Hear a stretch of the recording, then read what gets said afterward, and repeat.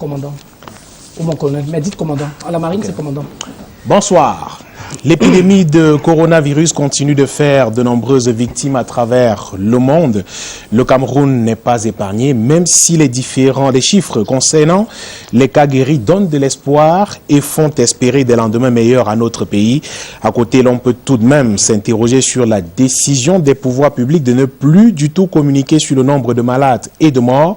Tout compte fait, le Cameroun reste en guerre justement contre le Covid-19 et en matière de guerre, en plus de l'armée que constitue le personnel sanitaire au front contre ce virus depuis quelques mois, depuis quelques semaines maintenant, l'on est tenté de se demander quelle est la contribution de l'armée camerounaise pour barrer efficacement la voie à la propagation de ce virus dans notre pays. Nous sortirons un peu des questions liées à ce coronavirus pour questionner la situation sécuritaire du Cameroun, le nord-ouest, le sud-ouest et même l'extrême nord du Cameroun qui sont considérés comme des fronts de guerre pour notre pays. Que peut-on en dire au moment où l'actualité internationale reste justement dominée par le coronavirus? Ces questions et bien d'autres, nous les évoquerons dans cette édition de Parole d'Homme. Bienvenue justement à Parole d'Homme sur Canada International.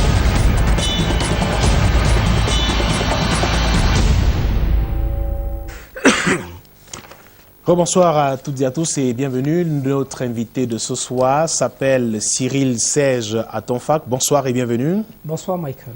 Je voudrais rappeler à l'endroit de nos téléspectateurs que vous êtes le chef de la division communication au ministère de la Défense. Exact. Capitaine de frégate, c'est bien ça votre titre, capitaine de frégate. On vous appelle généralement colonel, commandant. Quel est le titre qui vous sied le mieux? Les marins tiennent à leur originalité. Capitaine de frégate, c'est le grade. L'appellation, c'est commandant. Commandant. Donc je vous appellerai ce soir commandant à Ça me va bien. Merci. Merci mon commandant. Bienvenue à cette émission. Je le disais tout à l'heure, des derniers chiffres de ce soir au sujet de la lutte contre le coronavirus, parce que je voudrais rappeler également à l'attention de nos téléspectateurs que nous parlerons bien sûr de cette lutte contre le Covid-19 dans notre pays et la contribution de notre armée, également des mesures prises par l'armée camerounaise pour barrer la voie à la propagation de ce virus, et nous évoquerons également naturellement les questions sécuritaires de notre pays, notamment les 3 régions que j'ai citées d'entrée de cette émission. Et je le disais, 158 personnes guéries du coronavirus ce soir au Cameroun. Les derniers chiffres ont été rendus publics ce soir lors de la conférence de presse, du point de presse quotidien rendu par le ministère de la Santé publique. Mais une question demeure, et la question justement qui se pose depuis hier soir, commandant, c'est celle de savoir pourquoi est-ce que l'État a décidé de ne plus communiquer sur le nombre de malades, le nombre de morts et autres. On s'interroge. La réponse, elle est simple, Michael. Elle est scientifique. Les scientifiques ont démontré que l'état du moral d'une personne ou d'une population avait une influence certaine sur leur résilience, sur leur capacité de résistance à la maladie. Nous sommes face à une pandémie et nous pensons qu'elle ne va pas se gérer par l'émotion. Elle va se gérer par le côté pratique, par le côté opérationnel, par la capacité des pouvoirs publics à apporter une réponse rassurante aux populations camerounaises. Et c'est ce à quoi s'attelle le ministre de la Santé, que nous suivons tous en tant que ministère de la Défense dans cette lutte acharnée contre la pandémie, lui-même exécutant les ordres, les instructions du Premier ministre chef du gouvernement, qui a retransmis solennellement en modovision à la population camerounaise les hautes instructions du chef de l'État, qui tient le bâton de maître dans cette lutte que l'ensemble de la nation mène contre la pandémie. Les instructions, ils ont été claires. D'abord, les 13 mesures, complétées plus tard par les 7 mesures. Et nous pouvons voir aujourd'hui que les résultats sont là. Le nombre de guérisons, il est croissant. Et les pouvoirs publics ont certainement voulu mettre en avant ce côté positif, cette vision plus de la chose, qui veut qu'on mette l'accent sur les guérisons et non les infections potentielles. Et vous savez, mon colonel, commandant, que le manque d'informations laisse cours à la rumeur. A-t-on pensé aux conséquences d'une telle décision en absence d'informations, notamment sur ce nombre de malades ou alors de victimes de décès autour de la maladie? Des chiffres sont donnés par n'importe qui, notamment dans les réseaux sociaux. Ça peut davantage créer la panique ou la psychose qu'on veut éviter en ne donnant pas des chiffres. Non, la panique est déjà passée. La psychose est déjà passée. L'hécatombe qu'on nous annonçait dans les réseaux sociaux, justement, n'est pas arrivé. On avait dit que les Africains allaient tomber comme des mousses. On a même vu des prédictions de certaines agences occidentales qui pensaient à une déstructuration. On en parlera tout à l'heure. Qui pensaient à une déstructuration des États africains, une déstructuration des économies. Oui. Ce n'est pas malheureusement arrivé à ce jour. Et les pouvoirs publics ont de bonnes raisons. Et je dis que les scientifiques ont démontré, principe de précaution oblige, qu'il valait mieux prendre soin autant de la santé physique que de la santé mentale des populations qu'on est censé protéger. Il vaut mieux communiquer sur ce qui est positif, sur l'ensemble des mesures édictées par le gouvernement et ceux qui sont progressivement mises en œuvre, sur le nombre de guérisons obtenues, ce qui veut dire quelque part aussi que le protocole de soins appliqué au Cameroun marche. Les résultats, ils sont probants. Et donc, faisons confiance à cette médecine-là, faisons confiance au ministre de la Santé qui est vent debout contre cette pandémie et à l'ensemble de tous les autres ministères régaliens qui l'accompagnent dans cette lutte qui, au final, est une question nationale. C'est une question de sécurité et de souveraineté nationale. Faisons confiance aux mesures que prennent les pouvoirs publics et espérons des lendemains meilleurs. Une autre actualité. Depuis hier, la chronique est alimentée par des nouvelles qui font état de ce que le coronavirus serait rentré dans certaines prisons de notre pays. La prison centrale de Koningui est longuement citée, régulièrement citée, notamment dans cette affaire. On a lu hier des nouvelles faisant état de 4 morts et bien d'autres à la prison centrale de Koningui seulement. Un mouvement d'ailleurs qui a été engagé au sein de la prison par des détenus. Avez-vous des informations à ce sujet? Que s'est-il exactement passé? On dit, que ne dit-on pas? Ne gérons pas la rumeur. Il est de plus en plus difficile de gérer la rumeur. Les faits sont têtus. Le coronavirus est une pandémie à l'échelle mondiale. Au Cameroun, les mesures sont appliquées, sont de plus en plus drastiques. Les résultats sont là et on ne peut pas gérer un pays sur la base des rumeurs. On ne peut pas gérer un pays sur WhatsApp ou sur Facebook. Vous savez, il y a des gens qui se sont érigés en centre de vérité sur les médias sociaux et qui pensent pouvoir détourner l'opinion publique du vrai chemin de la vérité.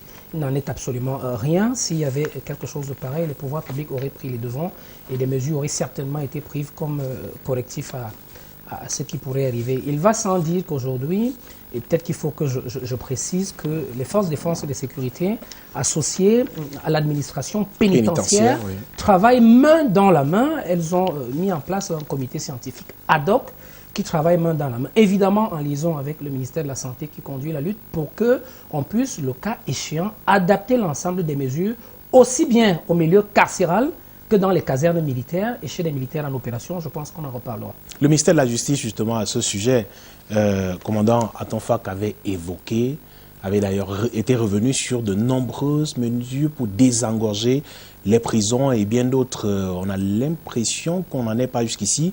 Mais est-ce que ce n'est pas à raison, justement, que cette sorte de panique s'installe aujourd'hui et qu'on parle justement des prisons qui se présentent comme des bombes justement, si jamais on venait à détecter un cas de coronavirus dans une des prisons du Cameroun?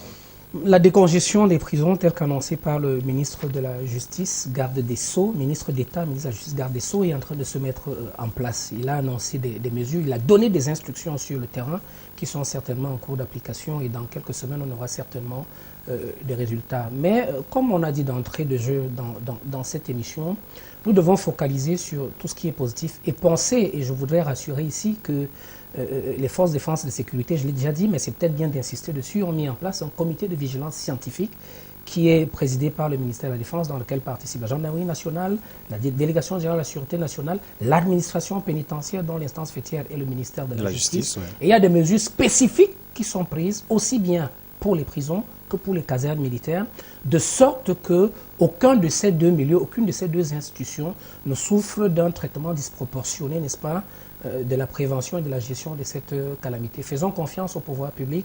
Et je voudrais aussi revenir dessus pour dire que l'hécatombe annoncée n'est pas arrivée. La calamité telle qu'on la voyait, telle qu'on prédisait effectivement dans les réseaux sociaux. Allons-y donc, justement. On devrait normalement suivre votre éditorial. Je rappelle à l'endroit de nos téléspectateurs que vous en produisez toutes les semaines, un éditorial qui est diffusé sur les antennes de la radio nationale, sur les ondes de la radio nationale et bientôt à la télévision nationale aussi. Peut-être on devrait normalement écouter cet éditorial, mais je voudrais, pour ceux qui nous regardent, revenir un peu sur cet édito du 11 avril, le dernier, qui date de samedi dernier, où vous en prenez violemment aux Occidentaux, aux pays occidentaux, où vous en prenez violemment à eux, justement, les accusant peut-être à demi-mot, d'être ceux qui étaient dans certaines informations faisant état de ce que le virus ne pouvait pas se développer en Afrique à cause de la chaleur et bien d'autres. Et puis, bien d'autres jours, vous parlez de la déstabilisation des États africains et bien d'autres, en revenant sur les différentes sorties de ces États occidentaux qui prévoyaient le chaos. Vous appelez certains, d'ailleurs, je vais retrouver le terme tout à l'heure, de vous employer des mots assez durs pour qualifier ces États. Pourquoi vous en prenez-vous à eux de cette façon? Déjà, nous ne nous en prenons à personne. Nous disons notre part de vérité, nous donnons notre analyse, qui est une analyse patriote, qui est l'analyse de Camerounais et Camerounaises qui croient en ce pays, qui est l'analyse des fils et filles, des filles et fils, j'aurais dû dire, de ce pays, qui pensent que le Cameroun restera debout, que le Cameroun restera un, qui restera uni et qui restera indivisible après Boko Haram au nord, après les troubles à la frontière centrafricaine, après la piraterie maritime, après la crise sécuritaire interne dans les régions du nord-ouest et du sud-ouest, que le Cameroun restera un et uni. Parce que le Cameroun, voyez-vous, c'est ce pays-là qui déjoue tous les pronostics. Nous avons été ahuris de voir un certain nombre d'études produites à l'étranger qui non seulement prédisaient le chaos, mais prédisaient aussi en même temps la déstructuration de certains États, notamment d'Afrique subsaharienne. Suivez mon regard. Et qui, dans ces études-là, entrevoyaient un certain chaos, des dirigeants qui seraient touchés par le corona, l'économie qui partirait dans tous les sens, la sécurité qui ne tiendrait que par le bout d'un fil. Et nous ne sommes pas d'accord avec cette vision afro-pessimiste du continent, et notamment cette vision très particulièrement pessimiste de notre région. J'avais dit dans une conférence donnée ailleurs qu'ici, certainement au ministère de la Culture, que le Cameroun était aujourd'hui doté d'une jeunesse flamboyante, une jeunesse dynamique, une jeunesse, comme le dit le chef de l'État, fer de lance de la nation, qui a son destin en main et qui tient à garder son destin en main. Le destin du Cameroun ne se jouera pas à l'étranger, il se jouera au Cameroun. Et donc, prédit le chaos de l'étranger, prédit la déstructuration de nos États de l'étranger, prédire des calamités pour nos dirigeants nous pose quelque part quand même problème. Est-ce que vous pensez que attirer l'attention justement des États africains, l'Organisation mondiale de la santé, l'OMS, l'a dit justement que l'Afrique devait se préparer au pire. Je me souviens justement de cette expression, devait se préparer au pire. Vous estimez aujourd'hui que la situation est assez stable ou alors qu'on ne pourra pas arriver à ce pire qui était prédit? C'est pour ça justement que vous vous en prenez à ceux qui le disaient ou alors... Aujourd'hui, il faut, notamment vous qui paraissez adeptes des réseaux sociaux, pouvoir savoir aujourd'hui louer, malgré ce que disent les réseaux sociaux, les efforts des pouvoirs publics dans la lutte contre cette épidémie devenue plus tard pandémie. Aujourd'hui, on est admiratif devant les efforts que fournit au quotidien le ministre de la Santé, appuyé par tous les autres ministères, non seulement pour mettre l'État du Cameroun à la hauteur de la gestion de cette pandémie, il faut protéger ces populations, c'est une responsabilité obligatoire, régalienne de l'État, et puis produire des résultats. Et nous sommes particulièrement contents aujourd'hui de voir que ça marche. La méthode à la camerounaise, l'approche à la camerounaise, comme il est de bon ton dans tous les États normalement constitués, est une approche contextualisée, adapté à notre système économique, adapté à notre système social, adapté à la pression que nos populations peuvent supporter dans cette lutte qui, je le dis, relève de la sécurité nationale. Cette approche camerounaise, heureusement, elle marque des points et nous devons le relever ici pour nous en réjouir et au-delà rassurer le peuple camerounais quant à ce que les efforts des pouvoirs publics ne sont pas prêts de s'arrêter.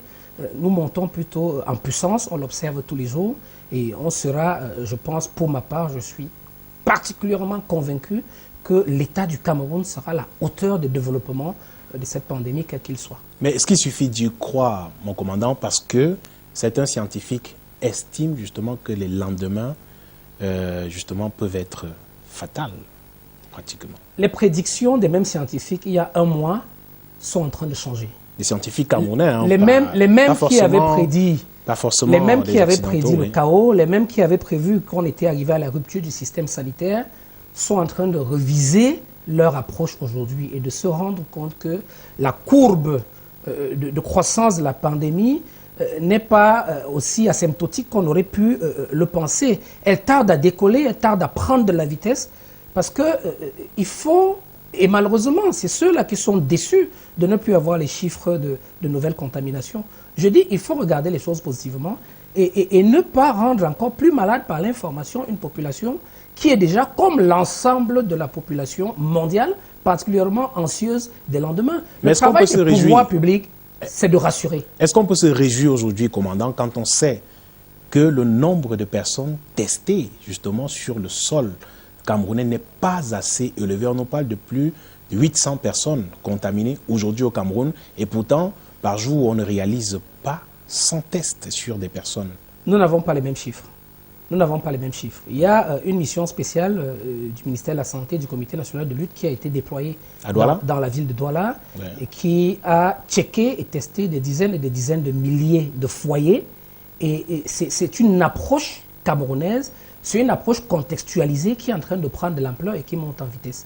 Moi, je voudrais et je continue de dire que je suis de ceux qui restent admiratifs devant l'ensemble des mesures déployées et mises en œuvre aujourd'hui par les pouvoirs publics avec, heureusement, beaucoup de succès comparativement à ce qui était prédit par certaines personnes qui auraient peut-être le don de lire l'avenir. Et dans ce même édito, vous parlez de l'aide internationale. Vous déplorez justement le fait que ces Occidentaux, dans leurs prédictions, étaient allés très loin d'ailleurs en faisant état de ce que sans l'aide internationale, l'Afrique ne s'en sortira pas et autres. Mais je voudrais vous rappeler que le Fonds monétaire international, pas plus tard qu'hier, a décidé de la suspension de l'aide, de la suspension justement de la dette et autres levées des dettes pour de nombreux pays dans le monde, en majorité des pays africains. Mais le Cameroun ne se retrouve pas malheureusement sur la liste. Mais pensez-vous que l'Afrique peut justement s'en sortir si elle n'est pas aidée, si elle ne reçoit pas ces aides internationales et bien d'autres qui sont annoncées aujourd'hui? Le monde globalisé aujourd'hui impose que les États tiennent compte les uns des autres, que les États s'entraident, que les États s'entrassistent. On a vu ailleurs de très grandes nations, dites super développées, tendre la main, multiformes, à d'autres États pour qu'on leur vienne en aide pour gérer cette pandémie. On n'a pas vu un seul, on n'a pas vu deux, on n'a pas vu trois, on a vu plusieurs superpuissances tendre la main à leurs voisins, tendre la main à des pays amis. Le Cameroun a son cercle d'amis, le Cameroun a son cercle de pays amis. Et le Cameroun fait partie intégrante de la communauté internationale. Et là où il faudra aller prendre ce qui sera utile aux Camerounais, l'État camerounais ira le chercher. Le Cameroun ne peut pas évoluer en autarcie, il ne l'a jamais fait. Ça ne rentre pas dans son déploiement diplomatique, ça ne rentre pas dans sa politique de gestion des relations internationales. Et l'État du Cameroun ira chercher le nécessaire là où il se trouve. Il fera l'impossible pour sauver les Camerounais de cette pandémie. Alors, je voudrais vous proposer, mon colonel, d'aller maintenant au ministère de la Défense, ou vos officiers au quotidien, bien sûr, au secrétaire d'État à la Défense également, pour voir quelles sont les mesures qui ont été prises, comment le ministère de la Défense s'organise pour barrer la voie à la propagation du coronavirus. C'est un reportage d'Arnaud Gueffa que je propose de suivre et on débriefe juste derrière.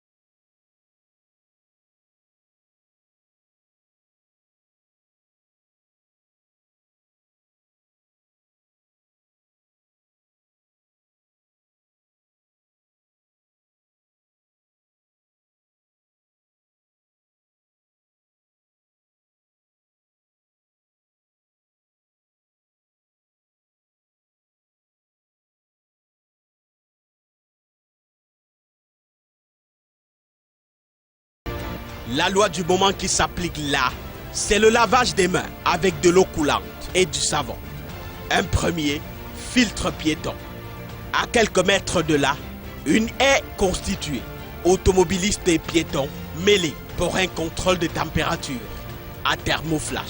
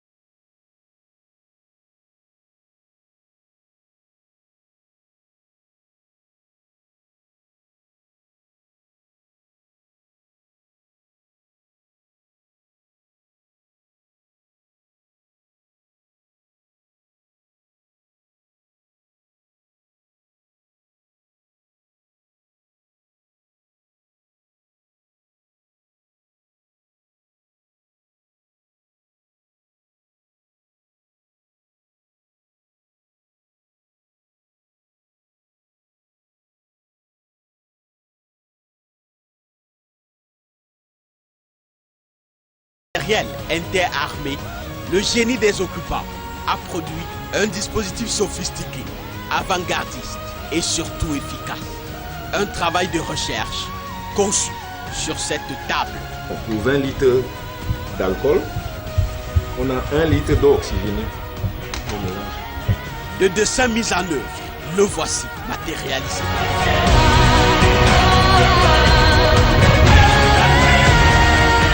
D'abord, ce point de lavage de main hors du commun qui fonctionne à l'aide des pédales. Nous avons pensé que nous pouvions mettre un système qui nous permet de laver les mains au savon sans avoir à toucher les équipements avec les mains. Quand on a fini de laver les mains, nous avons revu, nous avons utilisé les pieds, nous avons marché sur un sol qui est peut-être souillé, qui est peut-être infecté. Raison d'être de ce récipient de désinfection de souliers.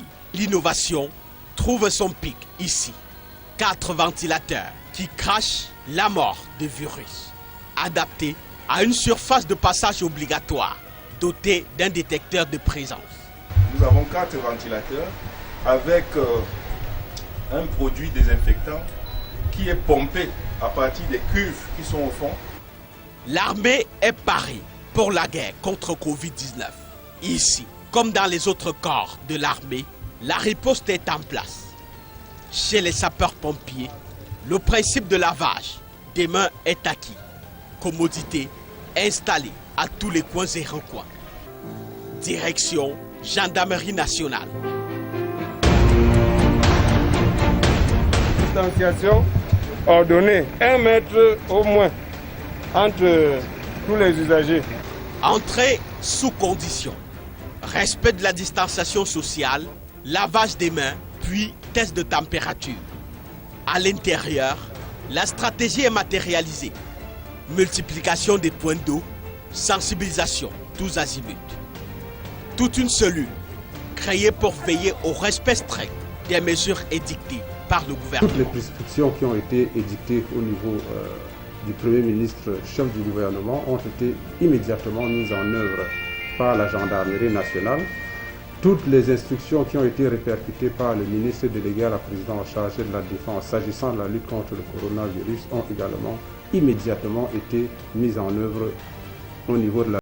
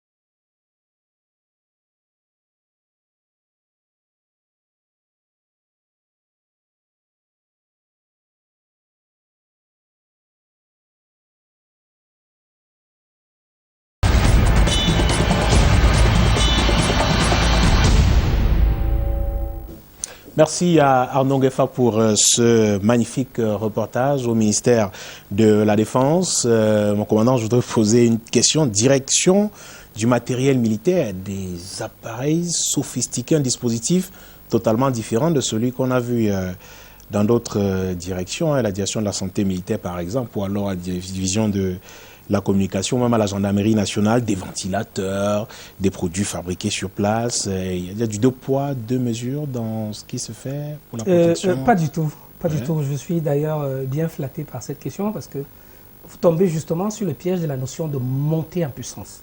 Dans l'urgence de la mise en œuvre des 13 mesures, les toutes premières de M. le Premier ministre chef du gouvernement, nous avons fait comme toutes les autres administrations, rapidement adapter des bacs, du savon et tout pour que les militaires puissent dès le lendemain se mettre au pas. Maintenant, ce dispositif, il monte progressivement en puissance. Nos ingénieurs sont en train de développer des mécanismes qui permettent d'avoir en un seul point la distribution automatique de savon ou de gel hydroalcoolique, la distribution automatique de l'eau, de même que l'évacuation des eaux usées, et en même temps des ventilateurs qui sont alimentés par des vapeurs d'eau qui elles-mêmes contiennent un ensemble de produits chimiques destinés à désinfecter le soldat qui se présente des cheveux, de la casquette jusqu'aux chaussures. Entre le moment où ce film a été tourné au ministère de la Défense et aujourd'hui, il s'est écoulé à peu près 5 jours et nous avons aujourd'hui un taux d'occupation du terrain par ces équipements high-tech d'à peu près 40%. Dit que la montée en puissance, elle est quotidienne. Et cette méthode-là, ce système particulièrement bien pensé, que vous avez vu à la direction des matériels interarmés, est justement en train de se diffuser dans tout le ministère de la Défense, à la gendarmerie nationale et évidemment aussi bien à Yaoundé que dans les garnisons hors de Yaoundé. C'est un système appelé à fleurir dans tout le dispositif à travers le territoire national. Et en parlant de ce dispositif, effectivement, est-ce que dans les gendarmeries et dans bien d'autres démembrements du ministère de la Défense à travers le pays, si on se rend actuellement à Ndop, à Baganté et autres, on trouvera ce dispositif justement, celui-là qui est un tout petit peu sophistiqué, qui est mis en place en dehors de l'eau et du savon et bien d'autres trouvés sur place pour tenter justement de bloquer davantage ou alors de barrer la voie efficacement à la propagation de ce virus. Au lendemain des 13 mesures de M. le Premier ministre chef du gouvernement, les forces de défense et de sécurité, tout ensemble, se sont réunies au ministère de la Défense pour développer des mécanismes contextualisés, adaptés à l'environnement de travail des forces de défense et de sécurité. Et donc, les mesures barrières dont on parle aujourd'hui, l'interdiction de salut par la poignée de main dont on parle aujourd'hui, je voudrais dire que ça fait partie même de notre constitution dans les forces de défense. Le salut militaire, c'est à 6 pas et on ne se serre pas la main. Il a toujours été à 6 pas. Si vous allez aujourd'hui, aussi bien dans les démembrements spécifiques que sont par exemple la gendarmerie routière ou les postes même de gendarmerie, vous allez vous rendre compte que les mesures barrières sont adaptés et contextualisés par rapport aux possibilités de contact avec le public et par rapport à l'environnement local. Nous avons par exemple, en termes de communication et d'objets de communication, nous avons militarisé l'ensemble des objets de communication qui avaient été produits par le ministère de la Santé pour que ça parle aux hommes en tenue, pour que ça parle à la police, pour que ça parle à l'administration pénitentiaire, pour que ça parle aux gendarmes. Le travail d'un élément d'intervention, du groupement d'intervention polyvalent de la gendarmerie nationale, n'est en rien correspondant au travail d'un élément de la gendarmerie dans un poste de gendarmerie. Ce n'est en rien correspondant au travail d'un gendarme de la routière, qui ont tous affaire à un certain public à des moments donnés et dans des contextes différents. Et si vous allez par exemple à la sortie de Yaoundé et que vous tombez sur un barrage de gendarmerie, vous allez vous rendre compte qu'ils sont équipés de masques, ils sont équipés de dispositifs vitrés qui les protègent de la population qu'ils sont censés contrôler, ils sont équipés de gants qui permettent de contrôler les pièces, mais aussi de gants qui permettent, le cas échéant, d'évacuer des blessés, qui sont en ce moment des gants chirurgicaux. La communication du ministère de la Défense dans ce domaine spécifique est particulièrement adaptée et contextualisée à l'usage qu'on fait dans chaque secteur. Quid de nos soldats au front? Quelles sont les mesures qui ont été prises pour eux? Doit-on craindre pour eux, effectivement? Les mêmes mesures. Les 13 mesures, plus 7 que le ministère de la Santé, le Premier ministre... Est-ce que les conditions dans lesquelles ils travaillent effectivement sur ces fronts de guerre-là leur permettent de respecter ces mesures-là? Les opérations militaires sont par essence contextualisables. Et je voudrais vous dire aujourd'hui que les mesures barrières sont aussi bien appliquées par nos militaires en garnison que par nos militaires en opération. L'armée a cette particularité qu'elle peut s'adapter aussi bien dans les us, les coutumes que dans la pratique de terrain. Et on a des mesures spécifiques qui sont appliquées sur le terrain. D'ailleurs, je voudrais vous dire que, tout comme les écoles et les universités, l'armée a libéré la quasi-totalité de ses centres d'instruction pour éviter tout confinement qui pourrait permettre à la maladie de prospérer. C'est dire à quel point nous sommes au pas dans l'exécution totale des 13 plus 7 mesures prescrites, voire au-delà. Et au sujet, justement, de ces mesures, on l'a vu et on vient de le regarder dans ce reportage, de mesures ont été prises justement pour barrer la voie à la propagation du virus, mais on l'a suffisamment également dit, commandant, le Cameroun est en guerre contre ce virus. Quel est le rôle de l'armée, quel est le rôle que joue l'armée dans la lutte contre la propagation de ce Covid-19 au Cameroun? Vous savez, l'armée, c'est une des composantes essentielles de la nation. L'armée est garante en temps de paix de la protection des frontières du Cameroun et prête main forte aussi à garantir la libre circulation des biens et des personnes. Mais aussi, l'armée est cette réserve stratégique aux mains du gouvernement, aux mains des administrations. L'armée est en train de monter en puissance pour venir en appui à travers la médecine militaire et le génie militaire, en appui au ministère de la Santé, il faut le préciser ici, est l'autorité qui conduit la lutte sur le terrain opérationnel. C'est le ministère de la Santé. Toutes les autres administrations s'allient au ministère de la Santé pour mener cette bataille qui est d'abord une bataille médicale avant d'être après une bataille économique, une bataille sécuritaire, bref, avant de se transposer sur tous les autres plans. Et l'armée est positionnée comme l'ultime rempart en mesure de... La montée en puissance engagée aujourd'hui permettra très rapidement à l'armée de disponibiliser de sites de confinement sur l'ensemble des 10 régions du territoire national en adossant un dispositif et une organisation de lutte cohérente sur les secteurs de santé militaire, qui sont des démembrements de la division de la santé du ministère de la Défense, qui sont implémentés dans chaque région administrative du Cameroun et couvrent l'ensemble de la région. Ça va du secteur de santé militaire numéro 1 au numéro 10, et ces secteurs vont monter en puissance en mesure de prêter main forte au dispositif sanitaire régional de monter en puissance parce que l'armée devrait être capable très rapidement de disposer de zones de confinement spécialement aménagées dans le modèle des hôpitaux de campagne pour prêter main forte au ministère de la Santé pour venir à bout de ce fléau qui, comme vous le dites, est une cause nationale. Jusqu'ici, rien n'a été fait dans ce sens, donc? Les travaux sont en cours. D'accord. Et la gendarmerie, elle, justement mène des campagnes de sensibilisation des usagers. On en a vu à Douala sur le terrain avant l'entrée en vigueur du port obligatoire du masque, mais de nombreuses difficultés visiblement vécues sur le terrain. Quelles difficultés, quelles sont justement ces difficultés auxquelles la gendarmerie nationale fait face sur le terrain lors de ces multiples campagnes et autres? Chaque société organisée a son lot de sceptiques. Et vous avez encore, malheureusement, ces minoritaires aujourd'hui des Camerounais qui ne croient pas au coronavirus. Malheureusement, le corona n'est pas une réalité palpable du bout des doigts. Elle n'est pas visible. Sinon, elle n'est visible que lorsque vous avez un proche qui est touché, et quelquefois durement, ce qui réveille la conscience de certains. Et donc la gendarmerie a fait à l'indiscipline caractérisée, heureusement, d'une infime minorité, qui est progressivement en train de revenir dans les rangs.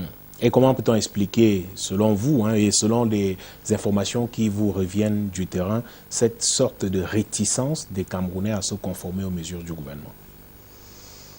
Disons que, comme le monde entier, on a été surpris par l'arrivée de ce virus qui propage la mort. Et je vous ai dit, il y a des sceptiques qui voudraient peut-être voir avant de croire. Mais je voudrais aujourd'hui vous rassurer qu'à l'analyse, ces sceptiques, c'est une infime minorité. Et qui va rapidement se convertir aux règles barrières, aux mesures de protection, parce que malheureusement, le coronavirus, c'est une réalité.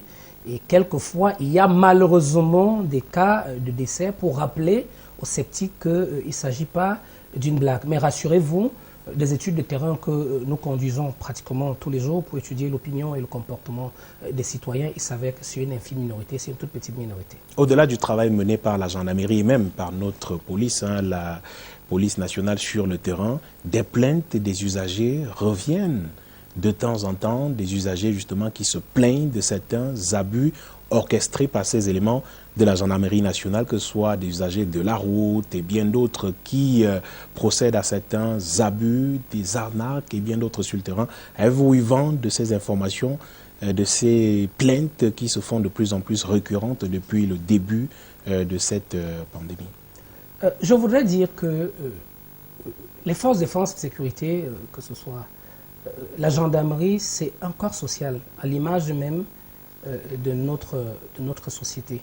Nous avons dans les rangs, là aussi c'est vraiment infime, un certain nombre de brebis égarées. Nous avons malheureusement un certain nombre d'éléments qui de temps en temps, pour X ou Y raison, peuvent s'écarter de la bonne conduite. Et je voudrais vous rassurer ici que les règlements intérieurs, règlements de discipline applicables dans les armées et à la gendarmerie sont stricts sur le respect des règles d'engagement et sur le respect de conduite des missions de terrain, qui privilégie en tout point le respect du citoyen, en tout point le respect de l'individu. Et lorsque dans les rangs, nous avons vent des comportements qui seraient allés au-delà des instructions de la hiérarchie, qui d'ailleurs à chaque fois reprécise qu'il faut absolument agir dans le respect du citoyen, ces éléments, ceux de nos éléments qui sont concernés par ces débordements sont sévèrement sanctionnés. Je voudrais dire que dans les armées, contrairement à tous les autres corps sociaux, les sanctions peuvent être disciplinaires, elles peuvent être administratives, elles peuvent être statutaires et elles peuvent même être pénales. Et elles sont généralement cumulatives.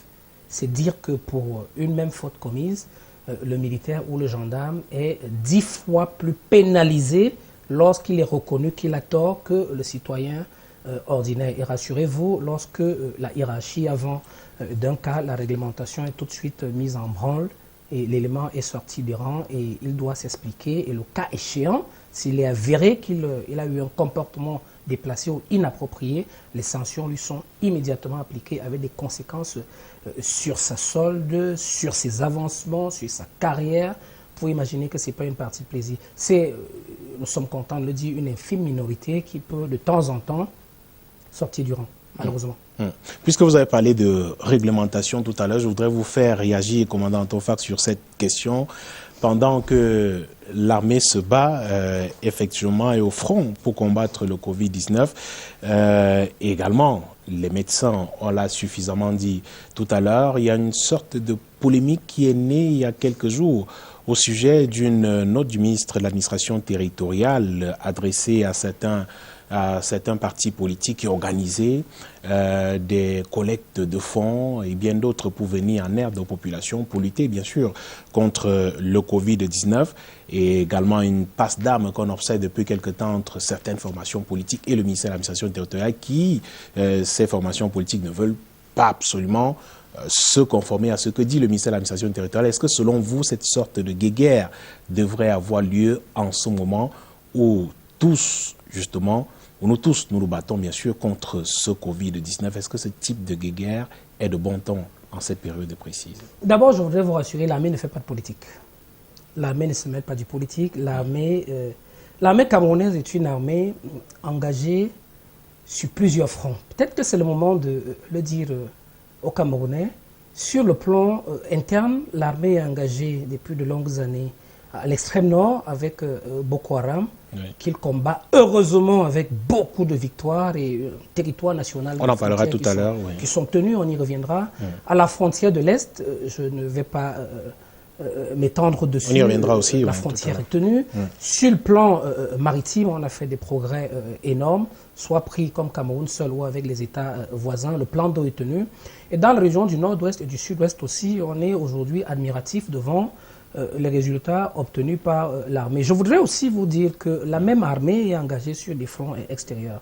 Nous avons 2 unités de police constituées, 145 hommes x2 déployés en République centrafricaine. Nous avons un bataillon, 750 hommes déployés là-bas. Nous avons des observateurs de la paix et des officiers d'état-major au Mali et nous avons des observateurs de la paix et des officiers d'état-major en RDC.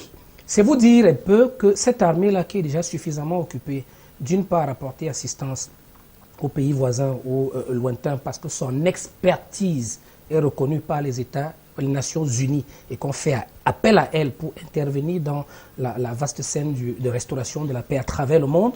La même armée ne peut pas faire de politique sur le plan intérieur. Et nous pensons, comme nous le voyons ailleurs, qu'en période de guerre, le Covid-19 ayant été déclaré pandémie à l'échelle mondiale, l'union sacrée des Camerounais devrait primer derrière leurs dirigeants pour qu'on ait une direction unique de la lutte, une impulsion unique par les représentants de la nation pour qu'on puisse rapidement espérer voir le bout du tunnel de cette question sanitaire qui, elle est mondiale. L'armée ne fait pas de politique. Une impulsion unique qui serait peut-être venue également de ce chef, le chef des armées, effectivement.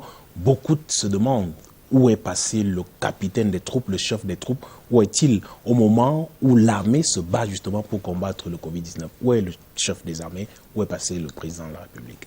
Le chef des armées a donné le ton, la mesure et la direction du combat. Le Premier ministre, lorsqu'il énonce les 13 mesures d'application immédiate, il les tient du chef de l'État, chef des armées. Lorsqu'il apporte des correctifs avec 7 mesures additionnelles, il les tient de l'évaluation, de l'audit, du retour du terrain et des orientations stratégiques du chef de l'État, chef des armées. Pour nous, les militaires, nous savons ce que valent les dites orientations. La vision qu'il y a derrière, la vision à la fois politique, la vision économique, la vision stratégique, et puis l'anticipation sur le temps, sur la sortie de crise, obéissent à un agenda. Et cet agenda est celui du chef de l'État. L'effectivité des mesures est visible aujourd'hui. La pandémie est plus ou moins maîtrisée. Et nous pensons que si on faisait confiance à cette impulsion donnée depuis le plus haut sommet de l'État, à la mise en œuvre totale des mesures édictées 13+7, il y a de fortes chances que le Cameroun n'atteigne jamais la cote d'alerte qui a été donnée par les réseaux sociaux et par certains médias et colporteurs de mauvais augure. Donc, pour nous, la direction de la lutte ne souffre de rien. Les hautes instructions ont été données à qui de droit. Il appartient au gouvernement. Et Dieu merci, regardez avec quel professionnalisme le gouvernement joue sa partition. Le Premier ministre qui coordonne, le ministre de la Santé qui est au front opérationnel de lutte et tous les autres ministères qui lui prêtent main forte. Mais sachons de temps en temps reconnaître... Ils auraient souhaité peut-être ces Camerounais-là qui demandent où est passé leur chef, le voir, l'écouter, l'entendre leur parler, par exemple. C'est un peu de ça qu'il s'agit aussi, non? commandant. Mais les mêmes Camerounais ne lisent pas beaucoup. Vous savez, les silences présidentiels ont fait l'objet de plusieurs thèses de doctorat et de plusieurs ouvrages. Le chef de l'État... Doit-on magnifier le silence du président dans un tel contexte? Comme sa fonction le prédestine, est le maître des horloges nationales. Le chef de l'État parle quand il le faut, donne des instructions quand il le faut à tout un gouvernement, tout un premier ministre chef du gouvernement, des ministères décentralisés, certains régaliens, d'autres pas, qui les mettent en batterie. Et puis, du haut de sa posture, du haut de la présidence, il l'observe et s'il est possible, il recadre, il réoriente et il valide. Donc, pour nous, nous ne pensons pas qu'il faille absolument traîner sur cette question. On va passer donc à autre chose et vous l'avez commencé à l'évoquer tout à l'heure, la question sécuritaire, la situation sécuritaire de notre pays. Vous avez commencé à parler du nord-ouest, du sud-ouest, 4 ans justement que ces deux régions traversent une crise sans précédent. Quelle est la situation présente sur le terrain, commandant Fag? Le terrain est tenu dans le nord-ouest et le sud-ouest. Le terrain est particulièrement tenu par les forces de défense et de sécurité engagées. En témoigne la reprise progressive de l'école, en témoigne la réouverture progressive des marchés, en témoigne la reprise progressive des activités marchandes et agricoles. Bref, le terrain est tenu et la vie reprend progressivement son cours normal. Et pouvez-vous nous dresser en termes de bilan les pertes justement déjà occasionnées par cette crise qui dure depuis 4 ans dans le nord-ouest et le sud-ouest, pertes en termes de soldats, nombre de soldats camerounais tombés sur ce front, le front de cette guerre qu'on qualifie parfois de sale guerre mais qui perdure malheureusement? D'abord, je voudrais ne pas préciser ici que l'armée camerounaise n'est pas en guerre dans le nord-ouest ou le sud-ouest. L'armée camerounaise n'est en guerre contre personne. Parler de guerre ici serait induire en erreur l'opinion nationale et l'opinion internationale. Là, les forces de défense et de sécurité sont engagées dans ces régions dans des opérations de restauration de la sécurité, de la sûreté des hommes et de leurs biens, du statu quo ante, avant qu'un certain nombre de bandes criminelles ne décident. Mais font face à des bandes armées, effectivement, qui sont constituées sur place et qui se font appeler armées ambazoniennes et bien d'autres noms qui sont donnés. C'est un combat quotidien. L'armée ne mène pas le combat. L'armée s'applique à garantir que les citoyens, les enfants peuvent aller à l'école, que les familles peuvent aller au champ, que les commerçants peuvent vaquer à leurs occupations. L'armée exécute simplement une mission régalienne de l'État qui est celle de garantir que ces citoyens, où qu'ils se trouvent sur le territoire national, puissent dormir en paix chez eux, puissent vaquer librement à leurs occupations. En gros, nous appelons ça la libre circulation des biens, des personnes et des capitaux. C'est une obligation régalienne de l'État. L'État doit le faire pour les citoyens qui sont au nord-ouest, au sud-ouest, et pour les citoyens qui sont sur toute l'étendue du territoire national. C'est cette mission-là que l'armée conduit dans cette zone, et les résultats, comme je vous ai dit, sont satisfaisants.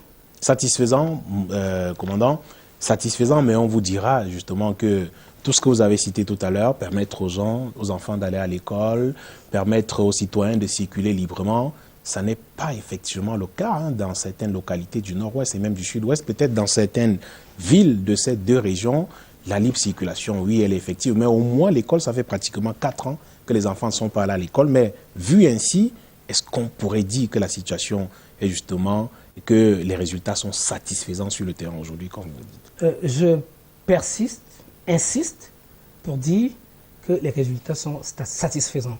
La situation du terrain est tenue aujourd'hui et le gouvernement vient coup sur coup d'organiser 3 élections. 4 élections même, je dirais, dans cette zone-là. Il y a eu l'élection présidentielle, et il y a eu les élections municipales, il y a eu les élections législatives tenues dans des qui ont même été reprises dans certaines zones de ces régions. Reprises justement à cause... Et ceux qui prédisaient... Non, ça a été reprises justement à cause de cette insécurité. Non, ça a été repris parce que le Cameroun, c'est un État de droit. Il y a des parties prenantes qui ont estimé qu'un certain nombre de dispositions n'avaient pas été respectées. Elles étaient à cause de la sécurité, justement, qui n'était pas garantie pour tous. Elles étaient viciées dans la forme ou dans le fond.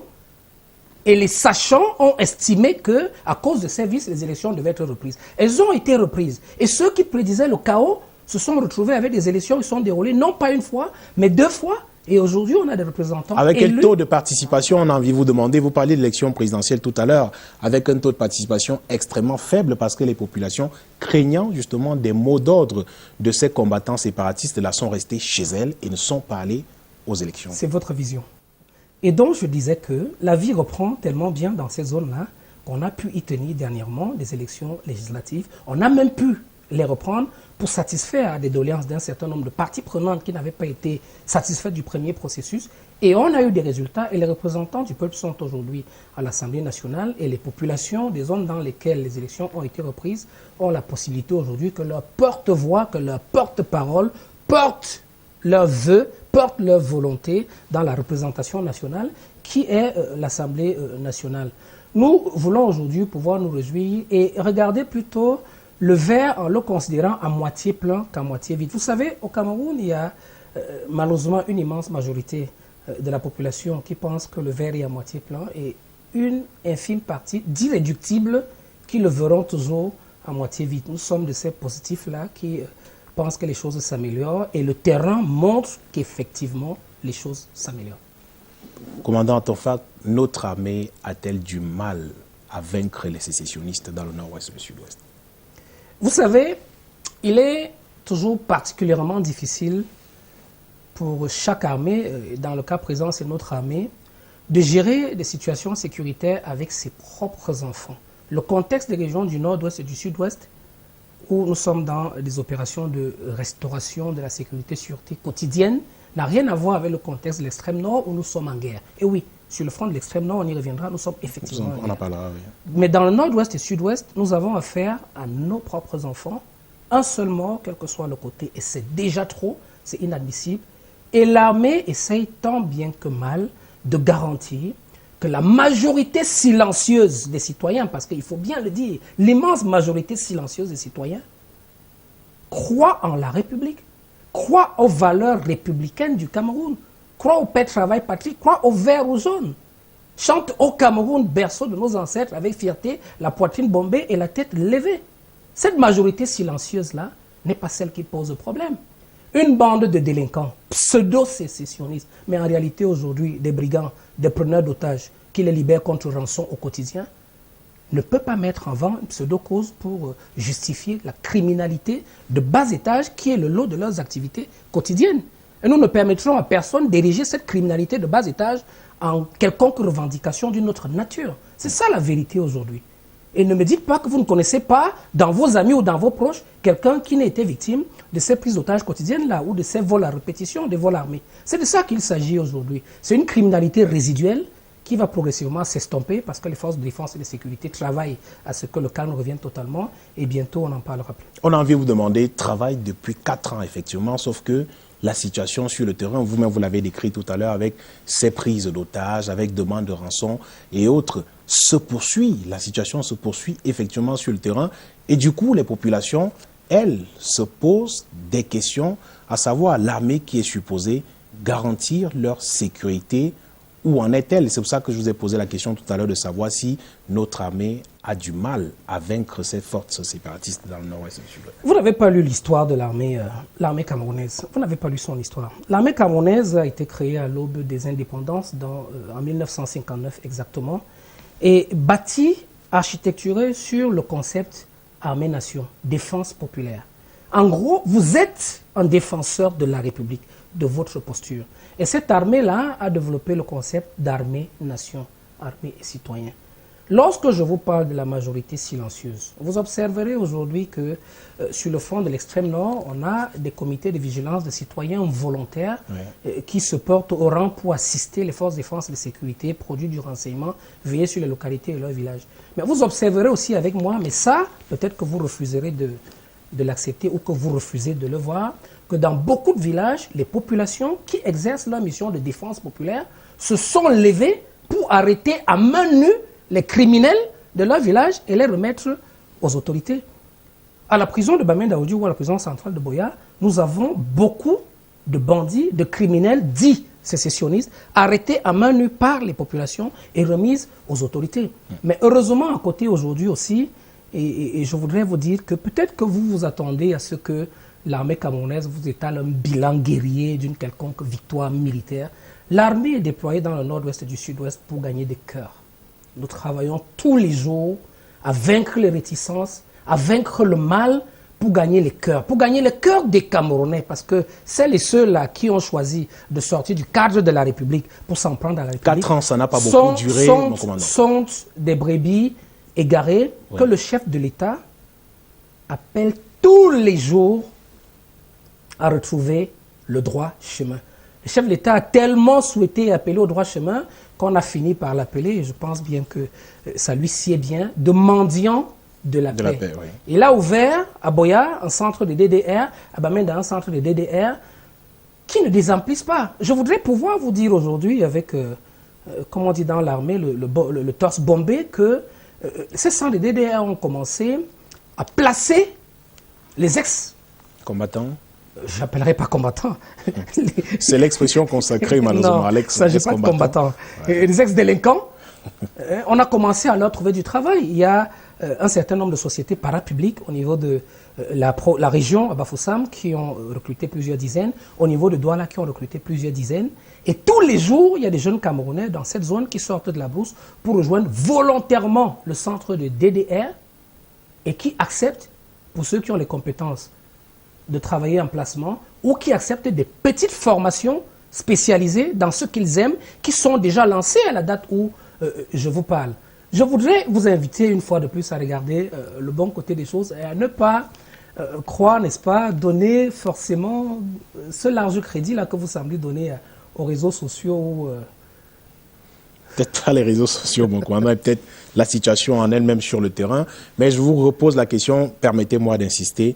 4 ans, est-ce que ça n'a pas assez duré? Qu'est-ce qui fait la complexité de cette guerre? Vous ne voulez pas l'appeler guerre, mais elle a tout l'air justement d'une guerre. Qu'est-ce qui fait la complexité de ce combat entre l'armée camerounaise et ses forces séparatistes dans le nord-ouest et le sud-ouest? On serait attendu qu'ils soient vaincus, que la paix revienne au bout d'1 an, au bout de 2 ans, au bout de 6 mois. Pourquoi pas? Mais 4 ans, ça continue. À quand la fin justement de cette guerre dans le nord-ouest et le sud-ouest? D'abord, je suis particulièrement déçu que vous insistiez sur le terme de guerre. L'armée camerounaise, les forces de défense et sécurité camerounaises ne sont pas en guerre dans les régions du nord-ouest et du sud-ouest. Elles n'ont pas face à elles des combattants. Le mot combattant, la notion de combattant a une certaine hauteur. Cette notion revêt un certain caractère noble. L'armée a affaire, et vous le savez, et votre littérature vous permet de le savoir, à des délinquants, à de bandes criminelles qui refusent aujourd'hui, malgré l'évolution de la situation sur le terrain, de regagner le rang, de regagner les camps des DDR et de s'enrôler dans la bonne marche de la République. Je vous ai dit ici qu'il faut comprendre, et je comprends, vous êtes journaliste, ça nécessite un certain effort, de comprendre, et j'insiste pour le dire, que l'armée camerounaise n'est pas allée en bataille dans la région du nord-ouest et du sud-ouest. L'armée travaille à se déployer, à gagner les cœurs. La véritable victoire est celle des cœurs. D'ailleurs que dans ces régions, l'armée déploie aujourd'hui un certain nombre d'actions civilo-militaires en appui. On évaluera le concept armée-nation tout à l'heure, je le promets, dans la suite de cette émission. Et je voudrais qu'on reste sur cette armée qui a été régulièrement pointée du doigt, d'ailleurs accusée par des organisations non gouvernementales et même certaines formations politiques de commettre des exactions sur les populations civiles dans ces régions du nord-ouest et du sud-ouest. Que répondez-vous à cela? Je voudrais vous rassurer que malheureusement je ne donnerai pas les chiffres ici. Je l'ai déjà dit dans une de vos précédentes questions, que l'armée est un corps social à l'image de l'ensemble de notre société. Nous ne demandons pas forcément d'avoir carte blanche. La carte blanche, c'est une espérance. C'est notre ultime but, atteindre le niveau où on ne nous ferait aucun reproche. Nous avons malheureusement dans les rangs, ça peut arriver avec la police, ça arrive avec la gendarmerie, ça arrive avec les armées, un certain nombre de nos éléments qui peuvent de temps en temps s'écarter du droit chemin. Il y a quelques années, l'armée camerounaise, vous allez peut-être accepter que je vous montre ce manuel. Oui. Ce manuel qui fait aujourd'hui, j'espère qu'on le voit, j'espère qu'on le voit aux antennes. De toute façon, quand ils pourront, je vais le montrer. Oui. Le manuel de droit sur les principes humanitaires applicables en contexte des opérations militaires. Je voudrais qu'on puisse aujourd'hui rendre compte à l'opinion nationale et internationale que le militaire camerounais a une formation pointue dans le respect des droits de l'homme, Oui. parce que à tous les échelons de la formation, à tous les niveaux de la formation, évidemment adaptés à la capacité de compréhension de ceux qui sont enseignés, on leur inculque des valeurs qui sont des valeurs universelles de respect des droits de l'homme, des valeurs universelles de conduite des opérations militaires. C'est un enseignement échelonné à tous les niveaux de formation, du plus petit niveau chez des soldats au niveau de l'enseignement supérieur, y compris à l'école de guerre. Et ces enseignements-là vont servir de boussole à nos militaires lorsqu'ils sont en opération. Le taux de satisfaction n'est pas à 100%. S'il arrive d'aventure, ça arrive de temps en temps, mais c'est rare que certains de nos hommes s'écartent du droit chemin. On leur applique la réglementation. Et je vous ai dit ici, permettez-moi d'insister. Oui. Je vous ai dit, il faut que l'opinion publique le sache, que en matière de discipline, les militaires et gendarmes confondus sont pour la même faute punis à la fois sur le plan disciplinaire, sur le plan pénal, sur le plan administratif et sur le plan statutaire. Pour la même faute commise. Aucun citoyen, qui qu'il soit, ne subit autant les foudres de la loi. Mais vu de l'armée, la loi c'est la loi, la réglementation c'est la réglementation. Tout est donc mis en œuvre pour qu'on ait des hommes et des femmes droits dans leurs bottes qui exécutent des missions en évitant soigneusement de porter atteinte à l'intégrité des citoyens auxquels ils auraient affaire. Les cas égarés sont gérés avec le maximum de rigueur. Peut-être celui-ci était un cas égaré. Je m'en voudrais de ne pas vous poser cette question, commandant Tonfack. Le dernier cas, justement, ce sont ces événements de Ngarbou, dans la région du nord-ouest du Cameroun. On en a justement accusé notre armée d'avoir massacré des populations. Il y a 2 mois, effectivement, jour pour jour que ces événements ont eu lieu. C'était le 14 février 2020 dans ce village du nord-ouest du Cameroun. Que s'est-il exactement passé ce jour? On a entendu des versions et des versions. Que s'est-il passé ce jour? Non. Vous avez entendu des versions et des versions. Et vous avez eu la version vraie du gouvernement. Vous l'avez eu à travers le ministre délégué à la présidence chargé de la Défense. Vous l'avez eu à travers le ministre de la Communication. Vous l'avez eu à travers le ministre des Relations extérieures. Pourquoi serait-elle la version vraie? Je voudrais terminer en déplacement à la Commission des droits de l'homme à Genève une dizaine de jours plus tard. Le chef de l'État a instruit une enquête spéciale et diligente sur ce dossier. Où en est-on 2 mois Les résultats de cette enquête ont été transmis à qui de droit? Et nous attendons tous. Vous estimez que le public n'a pas le droit de savoir ce qui s'est passé exactement? 2 mois plus tard, on serait attendu à ce que l'opinion soit informée au moins de ce qui s'est exactement passé. Qu'on réponde peut-être à ces organisations non gouvernementales-là qui ont accusé l'armée camerounaise d'avoir massacré 21 personnes, dont une femme enceinte et des enfants. On aurait pu rendre public les résultats de cette enquête-là, permettre au peuple de savoir exactement qu'est-ce qui s'est passé ce 14 février. Je voudrais vous donner des éléments de la compréhension de la situation de Ngarbou. Dès le 15 février, vous avez 2 éléments des Nations Unies, certains M. James Noonan et Andrew Pendleton, qui vont intervenir sur les chaînes d'une certaine télévision pour déclarer avec force conviction que l'armée avait massacré 21, 22 ou tantôt 23 personnes à Ngarbou. Vous avez cette chercheuse senior de Human Rights Watch, Mme Patricia Allegrodi, qui va repercuter cette déclaration-là, elle est portée à l'échelle internationale dans tous les médias, y compris jusque sur les plateaux d'une télévision étrangère occidentale. Elle disait se baser sur des enquêtes de terrain et des images satellitaires et bien d'autres, juste pour préciser. Alors, je voudrais pouvoir porter à l'attention de l'opinion nationale aujourd'hui que l'armée camerounaise, l'armée professionnelle, qui garantit que la majorité des Camerounais dorment sur un lit douillet et puissent vaquer à leurs occupations, l'armée professionnelle camerounaise qui garantit que vous ayez pu vous déplacer de Douala à Yaoundé en toute sécurité et que nous soyons sur ce plateau de Canal 2 ce soir, cette armée-là a mis la main quelques jours après sur l'informaticien manipulateur des terroristes qui se trouvent dans le nord-ouest et sud-ouest, un certain Formi Yakubu, qui heureusement avait dans ses outils informatiques un certain nombre d'informations particulièrement compromettantes pour les deux agents des Nations Unies qui ont fait des déclarations sur Garbou, Andrew Pendleton et James Nonan, mais aussi sur Madame Patricia Allegrozi, Oui.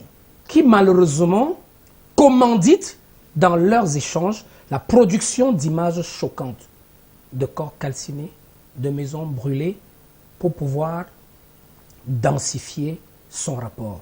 L'extraction et l'exploitation des métadonnées, des instruments informatiques, téléphones et ordinateurs de ce terroriste spécialiste de la manipulation média, Formi Yakubu, aujourd'hui en santé, en bonne santé et en détention parce que nourri, logé, blanchi par l'État camerounais. C'est heureusement le traitement que nous réservons à tous les prisonniers. L'extraction de ces métadonnées a permis aujourd'hui de voir un certain nombre d'échanges et de commandites de l'horreur. Est-ce que vous imaginez un seul instant, de la part de Madame Allegrozi, est-ce que vous imaginez un seul instant que cette dame a commandé à plusieurs reprises la production d'images choquantes pour alimenter son rapport? Garbou, aujourd'hui, malheureusement, nous faisons face à ce qu'on appelle une guerre asymétrique domaine, je voudrais terminer, c'est important pour les Camerounais, la question que vous avez posée, où la manipulation des masses a un effet sur la perception finale qu'on peut avoir d'un événement ou non. Et dans le cas d'espèce, il se trouve malheureusement que la manipulation a marché dans un premier temps, mais elle a arrêté de marcher juste après. Parce que nous sommes capables aujourd'hui de reproduire tout le cycle de la violence de Garbou et de dire à quel moment est-ce que les rebelles, les sécessionnistes, terroristes, leur vrai nom, commencent à produire des images pour la propagande internationale. Peut-être qu'il faut aller voir derrière un certain complot contre la République du Cameroun. Mais gardez en mémoire qu'aujourd'hui, l'État dispose de tout ce qu'il faut pour porter la réplique. Vous parlez justement de manipulation et autres en pointant du doigt la dame de Human Rights Watch, Mme Allegrozi, et ses experts de l'Organisation des Nations Unies. Vous diriez la même chose pour l'évêque de Bamenda qui, lui également, quelques jours après, je crois 2 jours effectivement après les événements de Garbou, a fait également une sortie pour parler, effectivement, pour donner une position qui allait dans le sens de Human Rights Watch, des experts de l'ONU et de ces organisations non gouvernementales nationales qui disent avoir également mené des enquêtes sur le terrain, avoir collecté auprès des populations civiles et bien d'autres. Vous diriez la même chose pour ces compatriotes camerounais? Ils ont tenté effectivement de déstabiliser notre pays à travers ces événements. J'ai un cadeau pour vous, pour votre question. J'ai un vrai cadeau pour vous, une perle rare. Le chef de l'État a instruit que l'évêque de Kumbo fasse partie de la commission d'enquête en tant qu'observateur. Le chef de l'État a aussi instruit que le président de la Commission nationale des droits de l'homme et des libertés fasse partie de l'enquête aux côtés de l'évêque de Kumbo en tant qu'observateur. Je voudrais pouvoir m'arrêter là. Alors, on tient donc que les résultats de l'enquête sont disponibles. Et pourquoi ce serait la version vraie, comme vous disiez tout à l'heure, commandant Tanfa? Je vous ai dit sur cette question que le chef de l'État avait instruit une enquête spéciale qui a été rapidement diligentée. J'insiste pour dire que le chef de l'État avait demandé que l'évêque de Kumbo fasse partie de cette commission d'enquête, de même que le président de la Commission nationale des droits de l'homme et des libertés et quelques autres religieux, et qu'ils ont tous envoyé leurs représentants au sein de cette commission d'enquête. Et les résultats sont aujourd'hui entre les mains de qui de droit et nous attendons. D'accord. Le même président de la République vient donc de décider d'un plan de reconstruction des régions du nord-ouest et du sud-ouest du Cameroun. Et là encore, on a entendu quelques critiques des gens qui se demandent effectivement si c'est le bon moment. Est-ce que le timing est bon quand on sait que sur le terrain, effectivement, la situation n'est pas totalement à la calmie, ça n'est pas la paix totale. Il y a encore quelques exactions, il y a quelques sorties de ces combattants séparatistes qui parfois égorgent, parfois tuent des populations, parfois brûlent des villages et bien d'autres. Mais est-ce le bon moment, effectivement, pour lancer ce plan de reconstruction? Au lendemain de la grand-messe nationale, contextualisée au Cameroun, oui, c'était une grande messe de réconciliation nationale, sous l'appellation Grand Dialogue National. D'ailleurs, très rapidement, copié par un certain nombre d'États à travers le continent, parce que initiative particulièrement originale, le peuple camerounais, uni avec un certain nombre de leaders d'opinion nationaux, internationaux, de partenaires internationaux, a indiqué la voie à suivre pour la sortie de crise. En décidant aujourd'hui d'un plan spécial de reconstruction, le chef de l'État, il l'avait dit au lendemain du Grand Dialogue National que les décisions issues, les recommandations de ce Grand Dialogue National feraient l'objet d'une mise en œuvre progressive. Le plan de reconstruction du Nord-Ouest arrive au bon moment, c'est le timing. Il participe de cette logique-là. Il arrive après la loi sur la décentralisation, qui, elle aussi, consacre le statut particulier des deux régions concernées. Si nous remontons le temps, nous allons nous rendre compte que l'État camerounais, le gouvernement, est sur la logique des recommandations du Grand Dialogue National.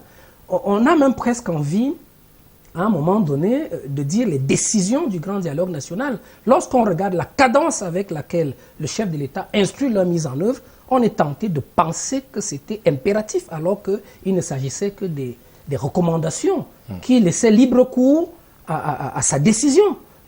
C'est progressif aujourd'hui et c'est une dynamique qui ne va pas s'arrêter. La loi sur la décentralisation, vous êtes d'accord avec moi que c'était particulièrement bienvenu, mais il en va de même du plan de reconstruction dans lequel l'État va injecter massivement un certain nombre de moyens pour que rapidement ces régions puissent retrouver leur statu quo ante avant la crise, voire dépasser ce statut. Pourquoi pas? Parce que l'ambition, n'est-ce pas, nationale, c'est le développement à l'échéance 2035. Et pendant que le nord-ouest et le sud-ouest traversent justement cette situation, l'extrême nord du Cameroun continue d'enregistrer de manière sporadique quelques attaques kamikazes. Le dernier en date a fait une dizaine de morts il y a quelques jours. Là aussi, on semble ne pas être sorti totalement de l'auberge. Oui, vous avez l'avant-dernier attentat. Lorsque vous parlez de 10 morts, vous faites allusion à l'attaque kamikaze de Amchidé. Amchidé, oui. Dans la nuit il y en a une autre à Kalfou, visiblement, il y a quelques jours aussi. Oui. Qui fera malheureusement quelques morts civils et des blessés, oui. Tous pris en charge par l'État. Il y a malheureusement eu le 11 une seconde attaque kamikaze à Chigachia, oui. Dans la nuit du 11 au 12, qui, elle, a fait 3 morts, parmi lesquels le kamikaze. Nous devons ici observer que Boko Haram n'est plus capable aujourd'hui de porter des attaques frontales contre les forces de défense et de sécurité camerounaises. L'attrition portée sur cette nébuleuse ne leur permet plus aujourd'hui de se déployer en masse. Ce qui leur reste, c'est la perfidie, c'est cette lâcheté-là avec laquelle ils s'en prennent, notamment, surtout aux membres des comités de vigilance locaux qui sont heureusement engagés aux côtés de nos forces de défense et de sécurité pour jouer leur rôle de défense de la nation. La nébuleuse aujourd'hui est considérée par la plupart des pays riverains du lac Tchad comme sérieusement diminuée et nous pensons que les prochains mois vont avoir donné des indicateurs suffisants sur les conséquences de l'attrition qui est exercée sur elle. Comment l'armée est-elle parvenue à contenir ces attaques justement venues du Nigeria pendant quelques années? On a vécu cela, des attaques coordonnées venant du Nigeria voisin, du nord-est du Nigeria. Effectivement, comment notre armée est-elle parvenue à contenir ces attaques-là, à contenir ces attaques des terroristes venus? Non, on ne peut pas réduire sur un plateau de télévision les attaques de BH comme venues d'un pays voisin. Vous savez, l'ambition de Boko Haram, c'est de construire un califat sur les pourtours du bassin du lac Tchad. Et donc, les attaques peuvent venir de n'importe quel point ou de n'importe quelle île isolée de ce bassin du lac Tchad. Elles ne viennent pas spécifiquement d'un pays. Donc, je voudrais avec vous qu'on retire cette affirmation-là et qu'on voit les pourtours du bassin du lac Tchad, ambition avouée de construction du califat de Boko Haram, comme sa zone de déploiement et sa zone de départ pour lancer des attaques contre les pays voisins. Et dans le cas spécifique du Cameroun, vous savez, vous auriez pu le soulever, qu'à l'aube des attaques de Boko Haram, très peu d'analystes donnaient le Cameroun debout 6 mois après.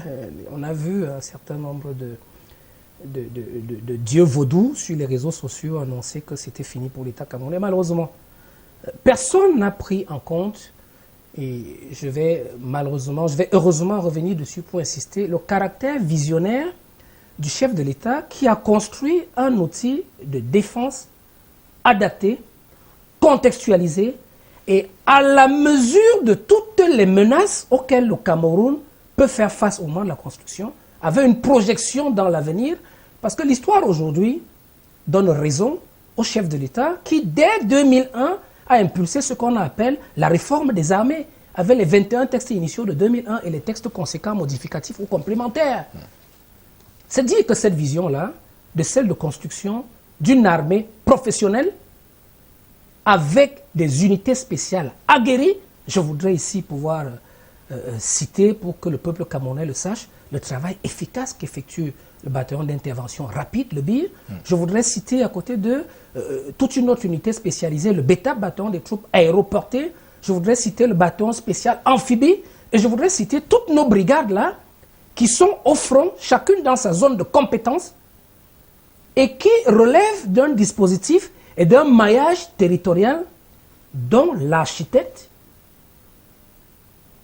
on peut le remercier aujourd'hui, le peuple camerounais peut dire merci aujourd'hui au chef de l'État, d'avoir eu cette vision 10-15 ans avant, de dimensionner et d'outiller son outil de défense pour qu'il puisse faire face aux attaques multiples.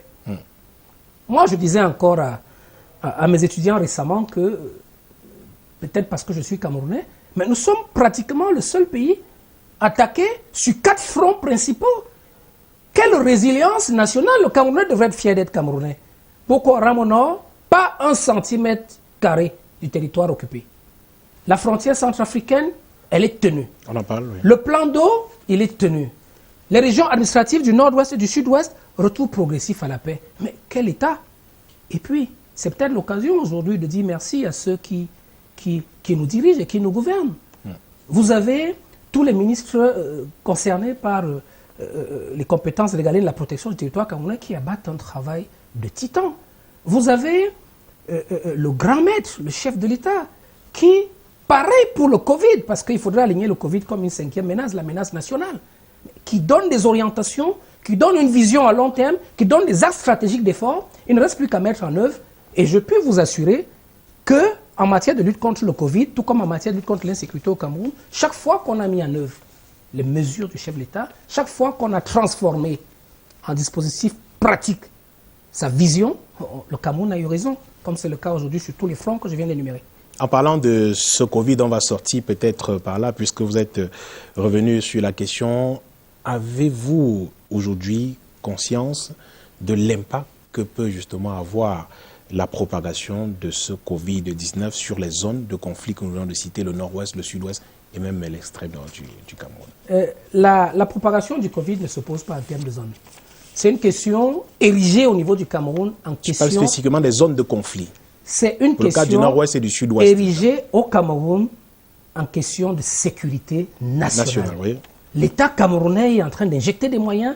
L'État mettra tous les moyens qu'il faut pour que le Covid soit maîtrisé et que l'incidence du Covid soit dans tous les cas moindre que celles qu'on a annoncées dans les réseaux sociaux. Je vous ai dit, parlant de la troupe, que des mesures étaient prises spécifiquement pour que les militaires, même en opération, puissent appliquer les prescriptions de M. le Premier ministre, chef du gouvernement. L'État a une obligation de protection de ses citoyens, où qu'ils soient sur le territoire national, que ce soit dans les confins du lac Tchad, dans les zones en conflit, ou que ce soit dans le nord-ouest et le sud-ouest, dans les zones en proie à l'insécurité. Il appartient à l'État de veiller à ce que, où que soit, quel que soit le coin où se trouvent ces citoyens, qui disposent de l'accès aux soins. Et je peux vous dire aujourd'hui que l'État est en train de se déployer progressivement. Je voudrais relever avec vous que le ministre de la Santé a récemment prescrit la régionalisation de la lutte, en décidant de donner des moyens et une certaine autonomie à chaque région pour s'organiser de sorte à pouvoir accueillir et traiter efficacement la pandémie. Vous pensez bien que cette régionalisation de la lutte va, n'est-ce pas, se déporter sur les territoires qui constituent chaque région, notamment les départements et les districts, et que, in fine, le combat sera mené là où il doit être mené. Mais je peux vous dire déjà, dès maintenant, que le Covid-19 ayant été érigé en cause nationale, de sécurité nationale, on a très bien vu qu'un certain nombre de citoyens républicains, beaucoup de membres composants de l'élite, ont pris le bâton de pèlerin pour commencer, au même titre que l'État, l'éducation et la sensibilisation. Le Covid se gagnera mieux par l'éducation et la sensibilisation et l'application des règles que sur le plan sanitaire. Il faut commencer par réapprendre et adapter le comportement des Camerounais au respect de cette infection qui n'est pas visible à l'œil nu.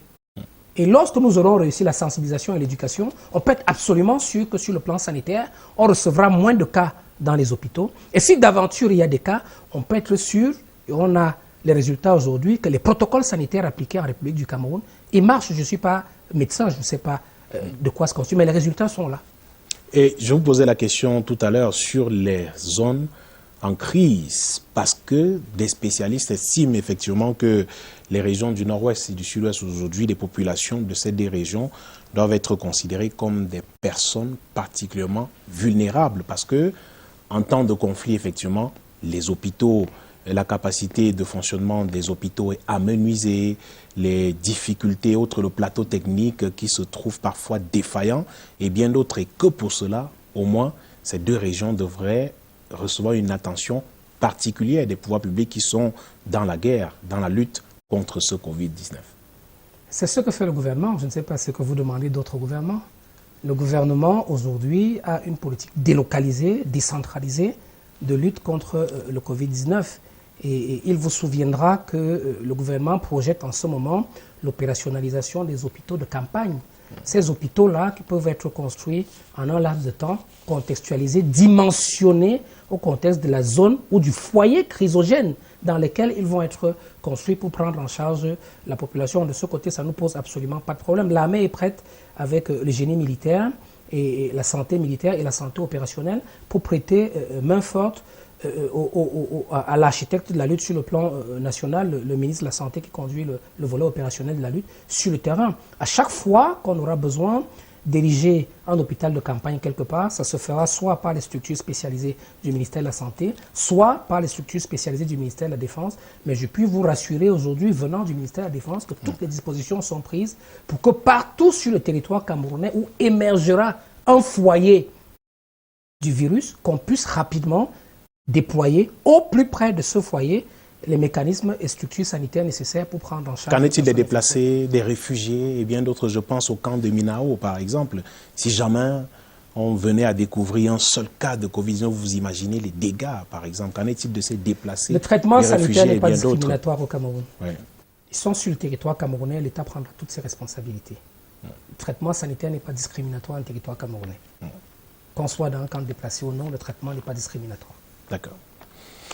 C'est sur ces propos, commandant Atonfa, que nous allons mettre un terme à cette émission de Parole d'Homme, à moins que vous n'ayez un dernier mot à dire avant de partir, un dernier mot pour sortir de cette édition. Oui, je voudrais, avec votre permission, revenir sur le lien armée-nation. Oui, je vous ai promis qu'on devait l'évaluer. Excusez-moi, je l'ai oublié. L'évaluation, si on vous demandait justement d'évaluer le concept armée-nation aujourd'hui, vous le brandissez un peu parfois comme une réussite, comme une victoire de l'armée camerounaise. Si vous êtes demandé d'évaluer cela aujourd'hui, vous diriez quoi concrètement? Qu'est-ce que l'armée a fait? Les actions civilo-militaires dont vous parlez tous les jours, ce sont lesquelles visibles sur le terrain? Vous savez, le concept armée-nation, il se vit. On le vit à l'intérieur de soi. C'est la symbiose entre le peuple camerounais et son armée.